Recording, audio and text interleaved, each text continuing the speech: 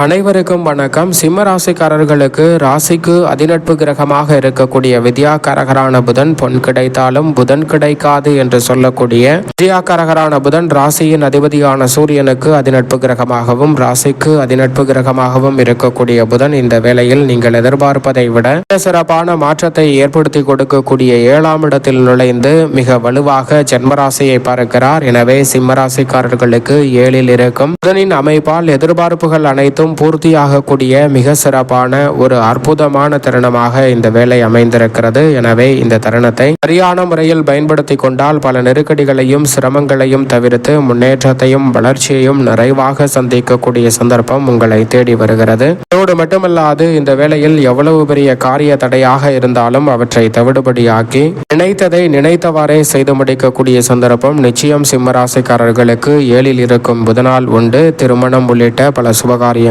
எளிதில் கைகூடும். மேலும் சாதகமாக மாற்றிக்கொள்ள உறுதியாகவே பொன் கிடைத்தாலும் புதன் கிடைக்காத புதன்கிழமை விரதமிருந்து அருகாமையில் உள்ள பெருமாள் சன்னதி சென்று தீபமேற்றி வழிபாடு செய்யுங்கள். இரட்டிப்பு நன்மை சிம்மராசிக்காரர்களாகிய உங்களை தேடி உறுதியாக வரும்.